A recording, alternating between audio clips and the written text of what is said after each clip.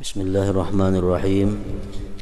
Alhamdulillahi rabbil alamin. Wassalatu wassalamu ala ashrafil anbiya'i wal mursalin Sayyidina maulana Muhammadin wa ala alihi wa sahbihi ajma'in.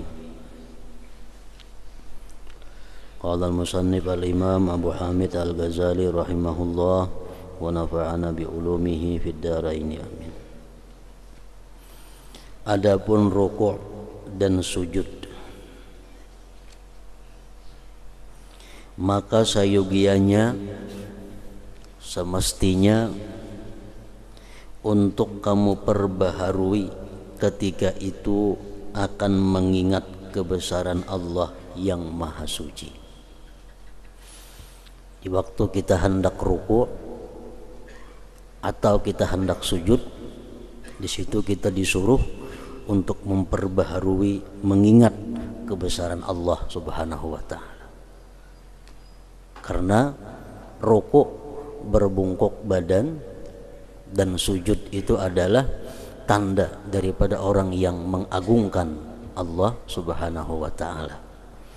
Nah, jadi waktu kita hendak rukuk, kita mesti perbaharui ingat hati kita bahwa kita akan rukuk, kita akan bungkuk badan, kita akan menghormat kepada Allah yang maha besar, yang maha suci.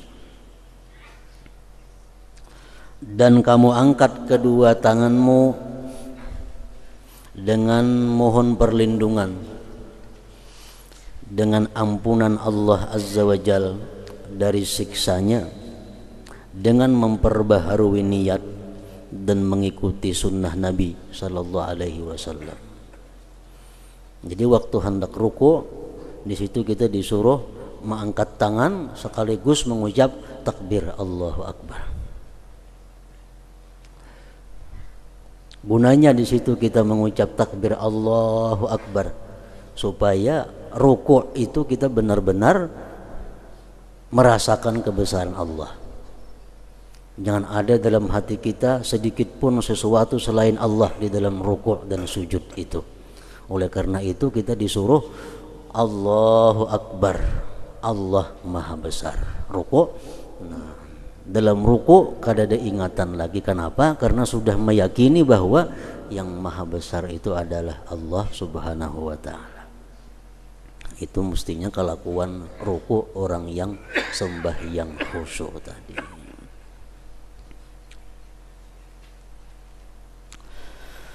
Kemudian kamu mulai lagi di waktu rukuk itu, kita mulai dengan menghinakan dan merendahkan diri kepadanya dengan rukukmu itu. Bila kita ingat bahwa Allah yang maha besar, Allah yang maha suci, di situ kita ingat bahwa kita adalah maha hina dan maha rendah.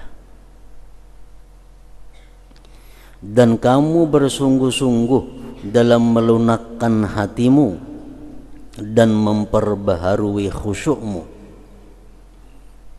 dan kamu rasakan hal itu akan kemuliaan Tuhanmu dan kesia-siaanmu serta ketinggian Tuhan.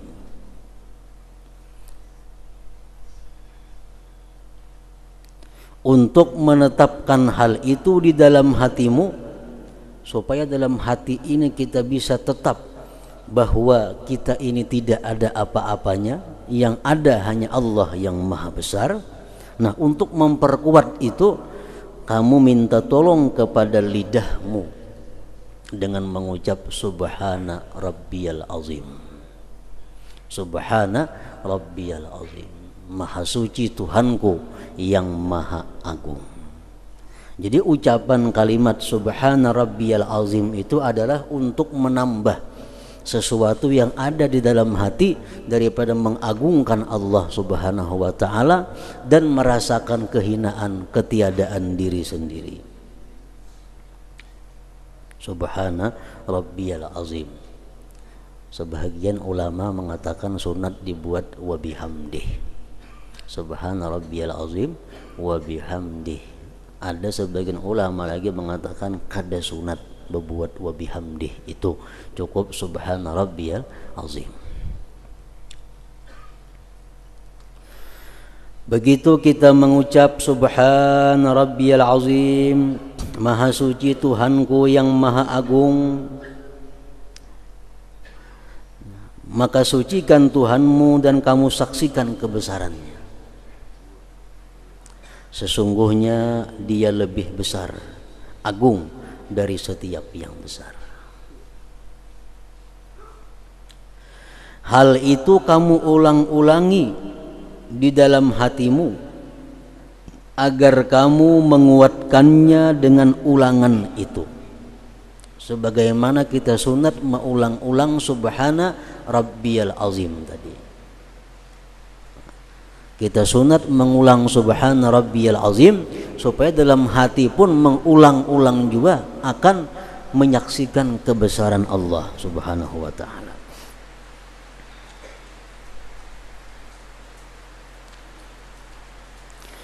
Kemudian kamu bangkit dari ruku'. Kemudian kamu bangkit dari ruku'mu dengan mengharap bahwa Dia itu sayang kepadamu. Dan dengan menguatkan harapan itu di dalam dirimu dengan ucapanmu Sami'allahu liman hamidah.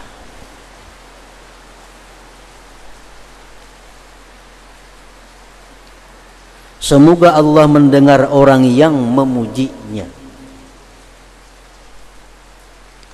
Jadi waktu kita mengucap Sami Allahu liman hamidah, kita sudah paham artinya bahwa Allah mendengar orang yang memujinya. Dalam hati kita di situ ada berharap bahwa kita ini disayangi oleh Allah. Nah, waktu mengucap Sami Allahu liman hamidah, dalam hati ada harapan bahwa aku ini disayang oleh Allah.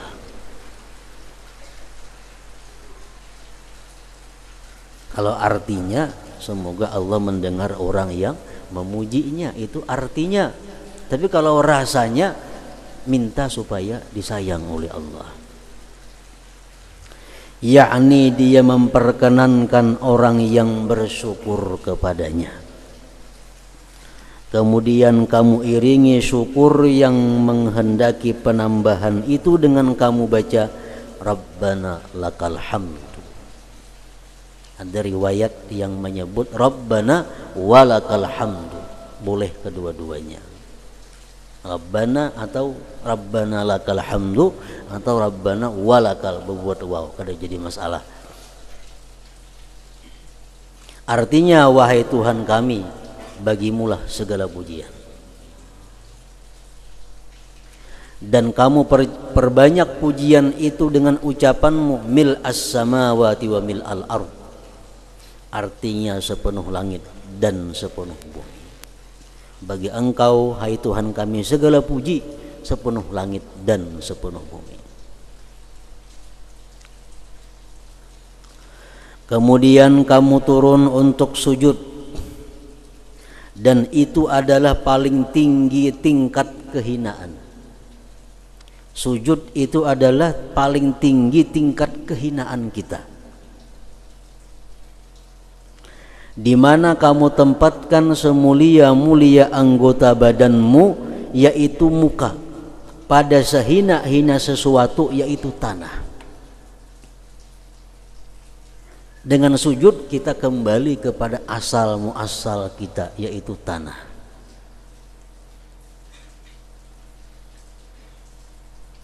Jika mungkin bagimu untuk tidak meletakkan pemisah antara keduanya, lalu kamu sujud di atas tanah, maka lakukanlah. Itu lebih baik. Sunat lagi hukumnya. Kalau kita hakun sujud kada berdetik karang di tanah wara. Macam Sayyidina Umar bin Abdul Aziz, khalifah pertama Amirul Mukminin di abad pertama, beliau waktu sujud kada mau sujud di sejadah, kada mau sujud di hambal, mesti harus di tanah. Karena itu lebih menunjukkan kehinaan seseorang. Sesungguhnya hal itu lebih menarik kepada kekhusyuan dan lebih menunjukkan kepada kehinaan. Apabila kamu letakkan dirimu di tempat kehinaan, maka ketahuilah bahwasanya kamu telah menempatkannya di tempatnya. Di waktu kita sujud, itulah tempat kita yang sebenarnya, itulah posisi kita yang sebenarnya.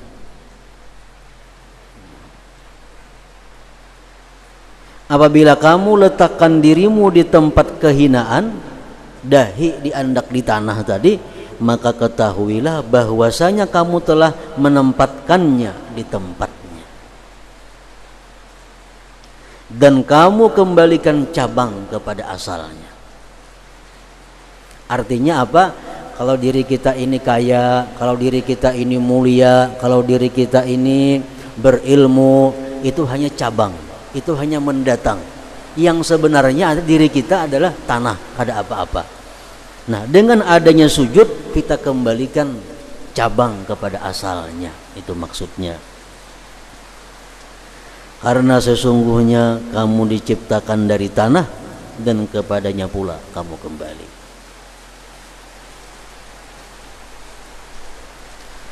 Ketika itu, ketika sujud, perbaharuilah di dalam hatimu akan kebesaran keagungan Allah. Dan katakanlah subhana rabbiyal a'la, artinya maha suci Tuhanku yang maha tinggi. Ada lagi pendapat ulama fikih mengatakan sunat ditambah wa bihamdi, subhana rabbiyal a'la wa bihamdi. Ada mengatakan kada sunat, cukup subhana rabbiyal a'la, kada jadi masalah itu. Maha suci Tuhanku yang maha tinggi. Makanya ada istilah orang yang sering kali sujud, dia akan ditinggikan Allah Subhanahu wa taala derajatnya, baik di dunia apalagi di akhirat. Karena bacaan sujud itu apa? Subhana rabbiyal a'la, maha suci Tuhanku yang maha tinggi. Dia banyak sujud kepada Allah, Allah tinggikan derajatnya di dunia dan di akhirat.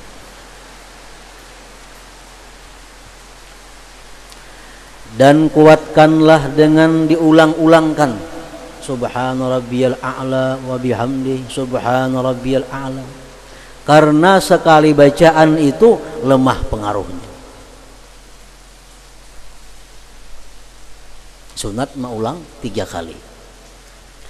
Apabila hatimu telah lunak, sudah merasa bahwa benar-benar hina, sudah merasa bahwa kita kembali kepada asalnya sujud, dan hal itu telah jelas, maka hendaklah kamu benarkan harapanmu terhadap rahmat Allah. Di waktu kita sadar tentang hinanya diri kita, di situ kita disuruh berharap rahmat Allah. Karena sesungguhnya rahmatnya Allah itu bersegera kepada kelemahan dan kehinaan. Allah kadang akan mengabulkan, kadang akan memberikan rahmat kepada kita kalau dalam hati kita sedikit pun ada mengandung kesombongan. Allah kadang akan memberikan rahmat kepada kita kalau dalam hati kita ada merasa kesucian. Allah akan mendatangkan rahmat kepada kita di waktu kita merasa bahwa diri kita ini hina, diri kita penuh dengan dosa. Nah, di saat itu Allah akan memberikan rahmatnya, Allah akan melapangkan kesusahannya. Karena sesungguhnya rahmatnya itu bersegera kepada kelemahan dan kehinaan. Kita ingat kisah Nabiullah Yunus alaihissalam. Nabiullah Yunus seorang nabi. Nabi, arti nabi itu jelas sudah maksum minaz dzunub, terpelihara daripada dosa. Nabi kada mau berdosa. Nah, begitu Nabi Yunus dalam kesusahan, dalam kesengsaraan, di dalam laut, di dalam iwak lagi, Allah menyuruh memberikan wahyu kepada Nabi Yunus untuk mengata satu kalimat yang menunjukkan kesucian Allah dan kehinaan diri. la ilaha illa anta subhanaka inni kuntu minaz zalimin. Itu kalimat wahyu dari Allah kepada Nabi Yunus untuk dibaca. La ilaha illa anta, tidak ada Tuhan selain engkau, subhanaka, maha suci engkau, inni kuntu minaz zalimin, sesungguhnya aku adalah tergolong orang-orang yang aniaya, orang-orang yang zalim. Di situ Nabi Yunus diperintahkan Allah untuk mengakui kehinaan diri. Orang zalim itu hina. Makanya kalau ada kita merasa diri kita ini zalim, baik itu. Kalau kita merasa diri kita ini wala itu ngarannya. Nah, merasa suci, ada mau. Allah menyuruh Nabi Yunus untuk merasakan bahwa diri Nabi Yunus itu zalim. La ilaha illa anta subhanaka inni kuntu minaz zalimin. Ini Nabi disuruh oleh Allah mengucap itu. Begitu Nabi Yunus mengucapkan kalimat itu dan beliau merasakan kesucian Allah, keagungan Allah, kehinaan diri, Allah selamatkan Nabi Yunus dari perut iwak itu, dikeluarkan, dibawa ke pesisir. Akhirnya Nabi Yunus selamat. Nah, jadi Nabi Yunus itu selamat bukan karena beliau merasa dirinya Nabi, bukan beliau merasa dirinya kekasih Allah, tapi beliau diselamatkan Allah sewaktu mengaku merasa bahwa orang yang zalim. Nah, jadi waktu kita sujud itu yang kita rasakan. Kita ini hina, kita ini orang yang zalim, kita ini orang yang aniaya. Allah yang maha suci, Allah yang maha agung, Allah yang maha tinggi. Itu rasa waktu sujud. Kalau bacaannya subhana rabbiyal a'la, kalau artinya maha suci Tuhanku yang maha tinggi. Tapi kalau rasanya, nah ya tadi, merasakan berlumurnya diri dengan segala dosa-dosa.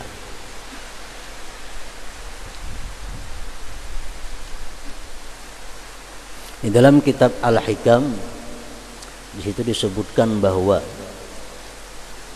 doa itu sangat baik apabila sebelum berdoa itu kita bertawassul dengan kepakiran kita, dengan kepakiran kita.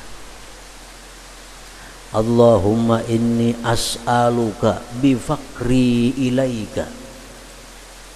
Ya Allah, aku minta kepada Engkau dengan kepakiranku kepada Engkau. Nah, berarti kita mengaku bahwa kita ini fakir. Kita mengaku diri kita ini berhajat kepada Allah. Allahumma inni as'aluka bifakri ilaika.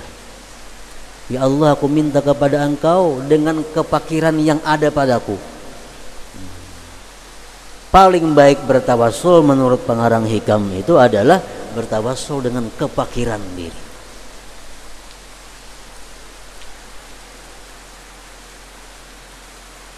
Tidak kepada kesombongan dan keangkuhan. Lalu ingatlah kepalamu, angkatlah kepalamu dengan membaca takbir Allahu Akbar dan memohon hajatmu dan sambil mengucapkan Rabbighfir warham wa tajawaz amma ta'lam. Artinya, wahai Tuhanku, ampunilah, sayangilah dan maafkanlah, jangan Engkau tuntut dari sesuatu yang Engkau ketahui atau doa yang kamu kehendaki. Ini doa dalam duduk antara dua sujud, macam-macam doanya. Salah satu doa itu adalah Rabbighfir warham wa tajawaz amma ta'lam. Itu doa duduk antara dua sujud. Kalau kada hendak itu nang kayak biasa kita, Allahumma ghfirli rabbighfirli warhamni warzuqni wajburni wahdini wa'afini wa'fu anni. Nah, jadi letaknya doa di situ, sesudah kita meninggikan Allah yang maha tinggi, sesudah kita merasakan kehinaan diri, kita bangkit lalu berdoa. Nah, di waktu itu doa sangat mungkin untuk cepat dikabulkan oleh Allah Subhanahu wa taala. Di mana sebelum berdoa kita sudah mengucapkan kalimat-kalimat mensucikan Allah.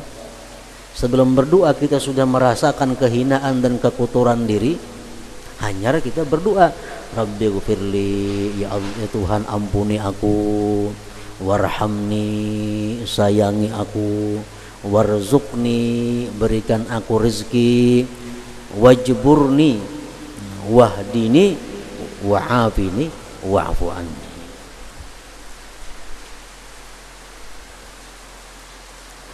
Kemudian kuatkanlah perendahan diri itu dengan mengulangi, maka kembalilah ke sujud yang kedua kali seperti yang demikian itu juga. Nah, sujud yang kedua sama dengan sujud yang pertama. Kita mensucikan Allah yang maha tinggi, kita merasakan kehinaan diri kita.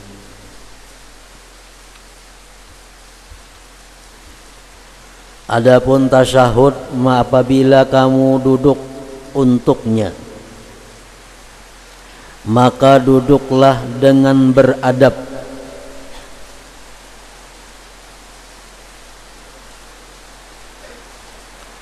Maka duduklah dengan beradab dan jelaskanlah bahwa seluruh salawat dan kebaikan-kebaikan, yaitu akhlak yang suci, adalah bagi Allah. Demikian juga kerajaan itu bagi Allah. Itulah makna at-tahiyyat, penghormatan.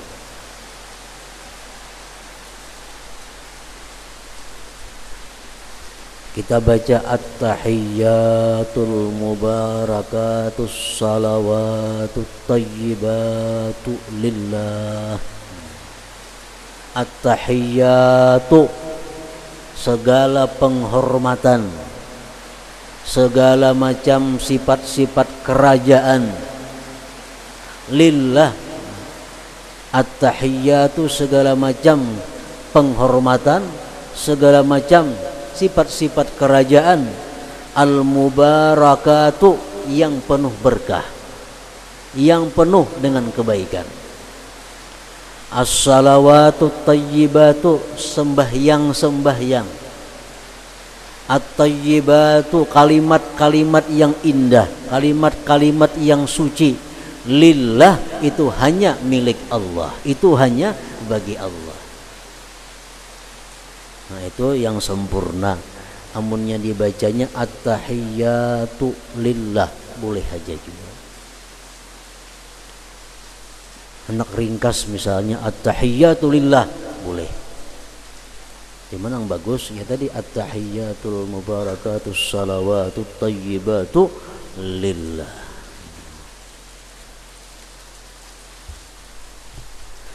Dan ucapkanlah salamun alaika ayyuhan nabiyyu wa rahmatullah wa barakatuh. Kalau kita sudah mahir membaca ba'alif lam, assalamu alaika ayyuhan nabiyyu wa rahmatullah wa barakatuh, boleh, dan lebih afdal memakai alif lam. Cuma ini sekurang-kurangnya salamun alaika ayyuhan nabiyyu wa rahmatullah wa barakatuh.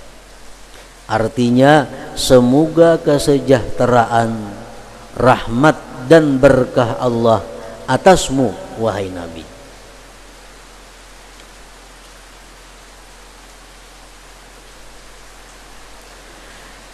Dan benarkanlah cita-citamu bahwasanya salam itu sampai kepada beliau. Waktu kita mengucap assalamu alaika ayyuhan nabiyyu wa rahmatullah wa barakatuh, kita dalam hati meyakini bahwa yang kita ucapkan itu sampai dan didengar oleh Rasulullah. Karena kalimatnya assalamu alaika, atas engkau, berarti mendengar orangnya, bukan atasnya. Jika assalamu alaihi, nah salam atasnya, itu bisa kadang mendengar, bisa jauh. Tapi kalimat adalah assalamu alaika, artinya kesejahteraan, rahmat dan berkah atasmu wahai Nabi. Jadi begitu kita mengucap itu, kita mesti meyakini di dalam hati, kita merasakan dalam hati kita bahwa beliau mendengar ucapan kita itu. Ucapan kita sampai kepada beliau. Nah, itu perasaan dalam hati. Jadi dalam sembahyang setiap kali bacaan itu ada bacaan yang kita baca, ada pemahaman yang kita pahami, ada perasaan yang kita rasakan. Jadi khusyuk itu mesti kumpulan daripada yang tiga. Bacaannya kita baca, pahamannya kita pahami, rasanya kita rasakan.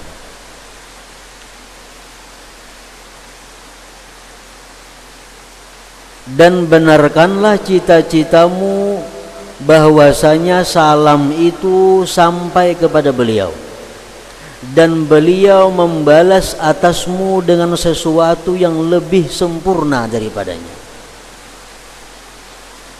Kita merasa, walaupun kita kadang mendengar,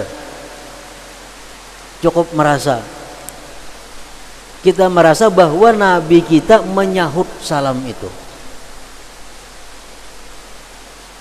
Lain halnya dengan Habib Ali Khala Qasam. Beliau setiap kali mengucap assalamu alayka ayyuhan nabiyyu wa rahmatullahi wa barakatuh, beliau kada beampih kecuali sini mendengar seorang talinga sidin Rasulullah menyahut.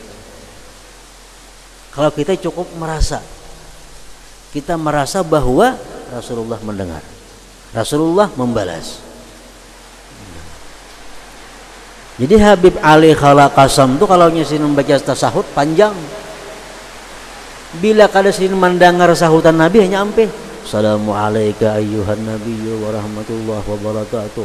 Assalamu alayka ayyuhan nabiyyu wa rahmatullahi wa barakatuh. Diulang-ulang sampai karena sin mendengar seorang bahwa Rasulullah menjawab, hanya berpindah kepada selanjutnya.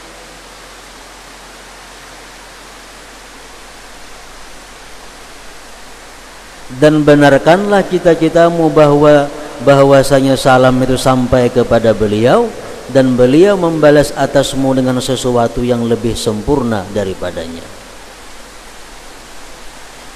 Kemudian ucapkanlah salam atas dirimu dan seluruh hamba Allah yang saleh.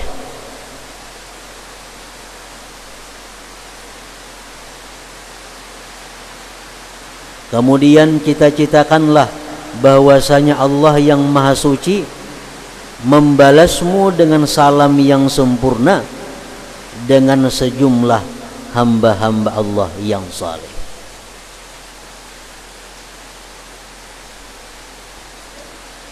Jadi orang-orang yang saleh itu pasti selamat, pasti sejahtera. Salam itu artinya sejahtera. Selamat artinya sejahtera. Orang yang saleh itu kehidupannya pasti sejahtera. Kenapa? Sebabnya karena setiap hari dia didoakan oleh jutaan manusia. Assalamu alayna wa ala ibadillahis salihin. Berapa kali sehari kita membaca itu? Assalamu alayna wa ala ibadillahis salihin. Assalamu alayna wa ala ibadillah salihin.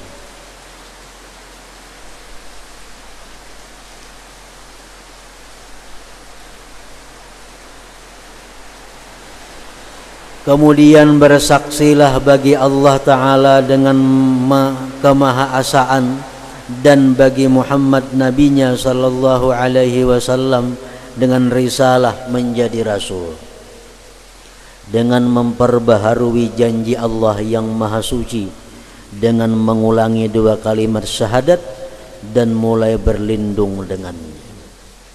Asyhadu an la ilaha illallah wa asyhadu anna Muhammadar Rasulullah. Nah, di situ kita tujuannya adalah memperbaharui i'tikad kita, memperbaharui keyakinan kita, memperbaharui syahadat kita. Asyhadu an la ilaha illallah, aku bersaksi bahwa tidak ada Tuhan selain Allah, dan aku bersaksi bahwa Muhammad adalah Rasulullah. Kemudian berdoalah di akhir salatmu dengan doa yang maksur, doa yang diajarkan Rasulullah sallallahu alaihi wasallam. Di situ kita boleh berdoa apa aja boleh.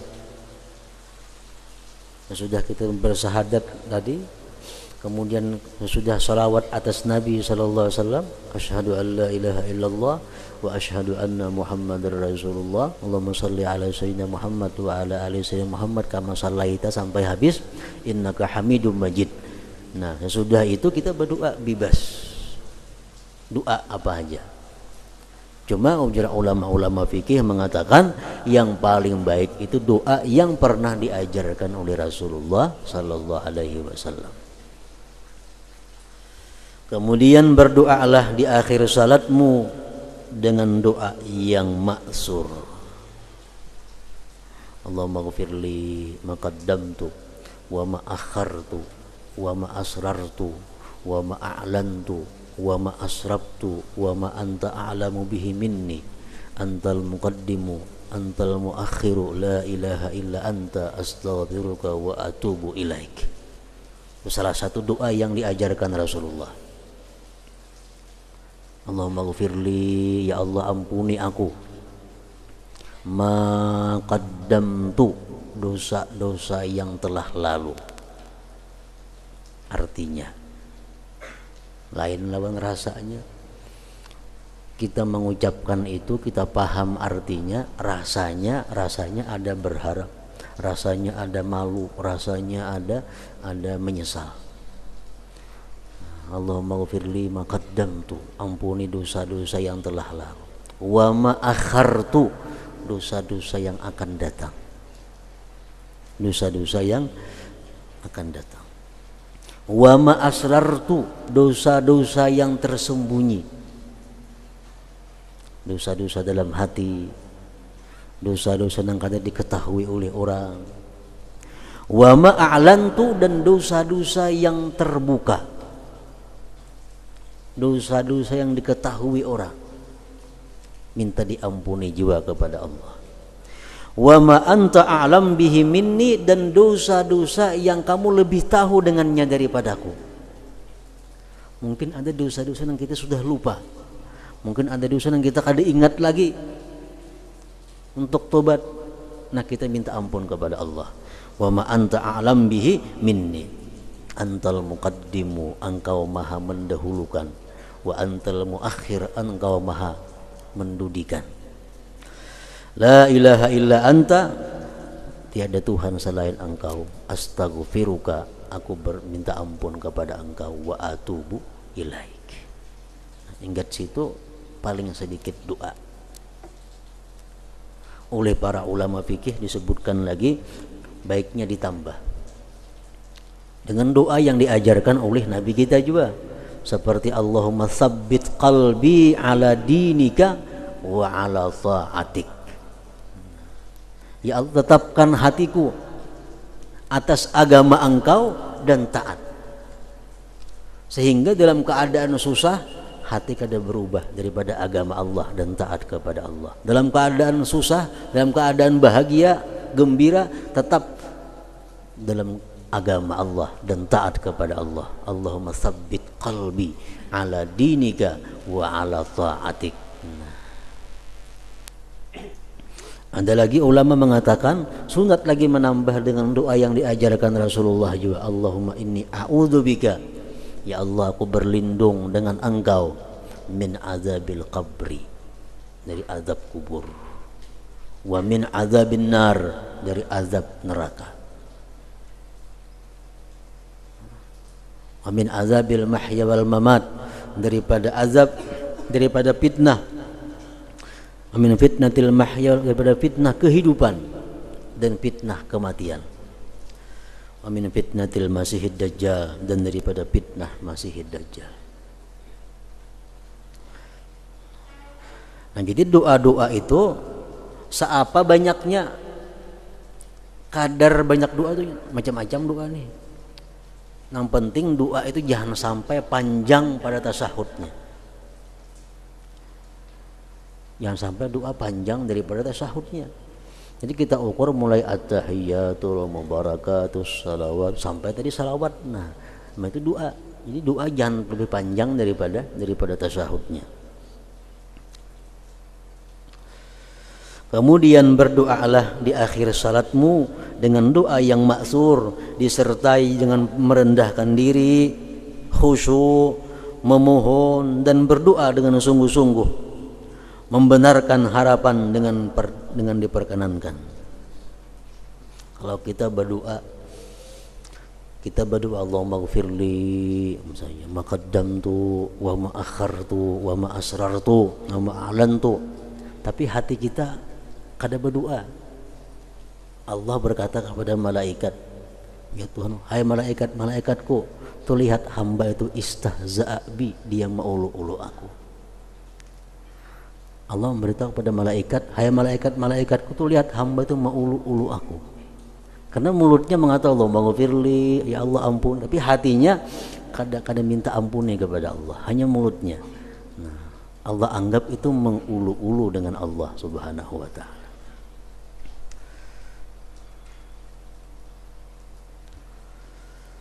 Nah, jadi mesti membaca doa tadi paham yang dimaksud, ditambah paham ada rasa lagi rendah diri, rasa khusyuk, mohon dan berdoa dengan sungguh-sungguh, membenarkan harapan dengan diperkenankan, dikabulkan. Sertakanlah dalam doamu akan kedua orang tuamu dan seluruh kaum mukminin. Nah, ini hanya dalam kitab Ihya yang kita temui. Dalam kitab lain belum ada ditemui. Dalam Fathul Qarib, dalam Fathul Mu'in, nah, dalam Parukunan, adalah buat mendoakan ibu bapak di situ. Nah, Imam Ghazali mengatakan hendaknya sebelum salam sembahyang itu doakan juga kedua orang tua.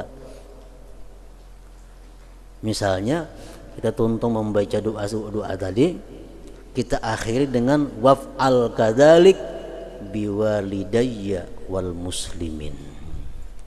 Waf'al kadzalik biwalidayya wal muslimin. Ya Allah, perbuatlah seperti yang demikian hamba minta tadi dengan kedua orang tuaku dan kaum muslimin. Nah, itu mestinya dibuat itu. Sertakanlah dalam doamu akan kedua orang tuamu dan seluruh kaum mukminin. Ini sebelum salam mesti itu dibaca. Waf'al kadzalik, perbuat olehmu ya Allah dengan demikian yang aku minta tadi. Biwalidayya wal mukminin, nah, dengan kedua orang tuaku dan orang-orang yang beriman. Ketika salam, tujukanlah salam itu atas malaikat dan hadirin, dan niatkanlah mengakhiri salat dengan salam itu, dan rasakanlah syukur kepada Allah yang Maha Suci atas taufiknya menyempurnakan ketaatan ini, dan berprasangkalah bahwa kamu itu berpisah terakhir kali dengan salatmu ini, dan barangkali kamu tidak hidup sepertinya. Nabi SAW bersabda kepada orang yang diberinya wasiat, salli salata muwaddi'in, artinya salatlah seperti salat orang yang mau meninggalkan, berpisah dengan dunia. Jadi ini berfungsi baik sebelum sembahyang dan sesudah sembahyang. Kalau sebelum sembahyang fungsinya adalah membuat sembahyang hati-hati, karena kita menganggap sembahyang yang akan kita lakukan ini sembahyang terakhir dalam hidup kita. Imbah ini aku belum tentu sawar sembahyang. Ini sembahyang lalu hati-hati. Tuntung sembahyang pun bahwa menganggap sembahyangku tadi sembahyang terakhir. Kalau kita hati kuat kepada Allah agar itu bisa diterima, nah, agar dimaafkan kesalahan kekurangannya. Jadi sabda Nabi yang mengatakan sembahyanglah kamu seperti sembahyang orang yang terakhir kali dalam dunia, itu berguna untuk di awal sembahyang dan di akhir sembahyang. Kemudian rasakanlah takut sesudah sembahyang dan malu karena kelalaian dalam salat. Dan takutlah bahwa salatmu tidak diterima dan kamu menjadi orang yang dimurkai karena dosa zahir atau batin. Maka salatmu ditolak di hadapanmu. Dalam pada itu kamu berharap Allah menerimanya dengan kemurahan dan anugerahnya. Jadi sesudah sembahyang itu artinya bujur-bujur ada antara khauf dan raja. Takut kalau sembahyang ini ditolak Allah, namun tetap berharap bisa diterimanya. Makanya imbah assalamualaikum warahmatullah, assalamualaikum warahmatullah. Nabi kita menyuruh kalimat apa yang diucapkan begitu? Astaghfirullah. Pasti sudah tuh. Astaghfirullah, sekurang-kurangnya astaghfirullah, astaghfirullah. Imbah sembahyang disuruh minta ampun, apalagi imbah berbuat dosa. Imbah sembahyang disuruh minta ampun. Kalau dalam sembahyang dia ada lupa, ada lalai, ada tersirat hati nang macam-macam. Yahya bin Wathab apabila sudah salat maka ia diam pada masa yang dikehendaki Allah. Lawas artinya dia evaluasi sembahyang tadi, di mana kesalahannya minta ampun lawan Tuhan, di mana ada tadi merasa kebaikannya bersyukur kepada Allah. Nah, sesudah sembahyang itu diketahui atasnya kesedihan salat. Ibrahim An-Nakhai setelah salat diam satu saat seolah-olah dia sakit. Ini adalah perincian salat orang-orang yang khusyuk, yaitu orang-orang yang khusyuk dalam salat mereka, orang-orang yang memelihara salat mereka, orang-orang yang selalu salat, dan orang-orang yang munajat kepada Allah menurut kemampuan mereka dalam peribadatan. Maka hendaklah manusia itu menampilkan dirinya pada salat ini. Maka menurut kadar yang dimudahkan baginya, ia sayogianya untuk bergembira, dan atas sesuatu yang ia keluputan, maka sayogianya ia menyesal. Ini imbah sembahyang. Kita ingat tadi dalam ruku kita bagus, dalam ruku sujud merasa cocok sesuai aturan, nah kita gembira, kita syukur kepada Allah. Dan atas sesuatu yang ia keluputan, maka sayogianya ia menyesal. Dalam duduk antara dua sujud tadi kada ingat kepada Allah, nah menyesal. Dan dalam mengobati hal itu, sayogianya ia bersungguh-sungguh. Adapun salat orang-orang yang lalai, maka itu berbahaya, kecuali Allah meliputinya dengan rahmatnya. Sedangkan rahmat itu luas dan kemurahan itu melimpah, maka kita mohonkan kepada Allah semoga Dia meliputkan kita dengan rahmatnya dan menyiram kita dengan ampunannya, karena tidak ada perantaraan bagi kita kecuali dengan mengakui kelemahan dalam melaksanakan ketaatan kepadanya. Dari situ ketahuilah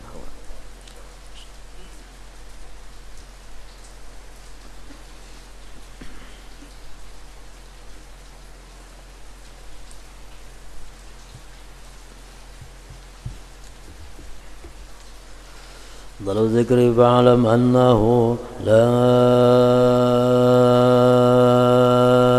ilaha illallah Muhammadur Rasulullah, la ilaha illallah Muhammadur Rasulullah, la ilaha illallah Muhammadur Rasulullah, la